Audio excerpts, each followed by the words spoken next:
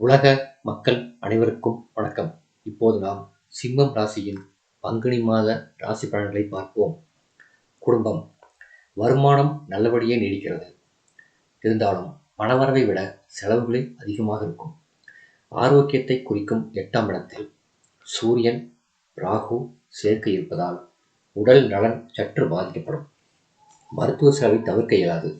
நிரந்தர மருத்துவ சிகிச்சை எடுத்து வரும் நோயாளிகள் மற்றும் வயோதிகர்கள் மருந்துகளை நேரம் தவறாமல் எடுத்துக்கொள்ள வேண்டும். கைப்பணத்தை சிக்கனமாக செலவு செய்தல் அவசியம். திருமண முயற்சிகளில் ஆழ்ந்து சிந்தித்து அதன் பின்னரே வரனை நிச்சயிப்பது அவசியம். நெருங்கிய உறவினரிடையே கருத்து வேற்றுமையும் தேவையற்ற வாக்குவாதமும் ஏற்படக்கூடும் என்பதை கிரகநிலைகள் குறிப்பிட்டு காட்டுகின்றன. சப்தமஸ்தானத்தில் நிலை கொண்டுள்ள சனி பகவானால் கணவன் மனைவியரிடையே பரஸ்பர அந்யோன்யம் பாதிக்கப்படக்கூடும். சிறு உடல் உபாதையானாலும் மருத்துவரின் ஆலோசனை பெறுவது நல்லது. உத்தியோகம். 8ஆம் இடத்தில் சூரியனும் ராகுவும் இணைந்துள்ள இந்த தருணத்தில் ஜீவனஸ்தானத்தில் குருவும் சஞ்சரிப்பது உங்கள் அன்றாட பொறுப்புகளில் கவனமாக இருக்க வேண்டியதன் அவசியத்தை எடுத்துக்காட்டுகிறது. மேலதிகாரிகளில் சிலர் உங்களிடம் அளவிற்கு மீறிய கண்டிப்புடன் நடந்து கொண்டாலும் நீங்கள் உணர்ச்சி வசப்படாமல் பொறுமை காப்பது உங்கள் எதிர்கால நலனுக்கு உகந்தது. சக ஊழியர்களின் ஒத்துழைப்பு குறையும்.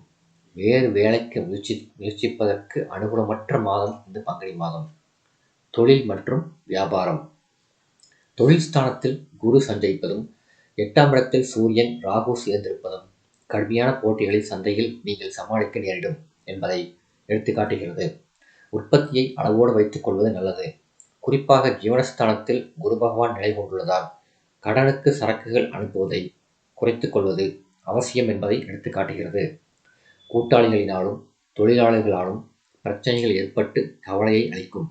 நிதி நிறுவனங்களும் ஒத்துழைக்க மறுக்கும். புதிய முதலீடுகளை கண்டிப்பாக தள்ளி போட வேண்டும். கலைத்துறையினர். கிரகநிலைகளின்படி சற்று சிக்கனமாக இருக்க வேண்டிய மாதமாகும். சுக்கிரனும் செவ்வாயும் அவ்வப்பொழுது கை கொடுத்து உதவுவார்கள். மற்ற அனைத்து கிரகங்களும் ஆதரவாக இல்லை. வாய்ப்புகள் அளவோடு கிடைக்கும். அரசியல் துறையினர்.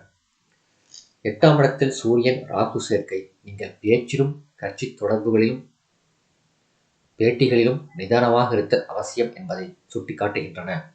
மக்களிடையே செல்வாக்கும் உங்கள் மீது நம்பிக்கையும் அபிமானமும் அதிகரிக்கும். மாணவ மாணவியர்.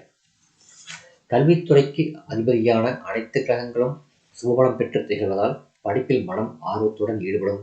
ஆரோக்கியத்தை குறிப்பிடும் அஷ்டமஸ்தானத்தில் சூரியன் ராகுவின் சேர்க்கையினால் பிற மாணவ மாணவியருடன் நெருங்கி பழகாமல் இருத்தல் அவசியம்.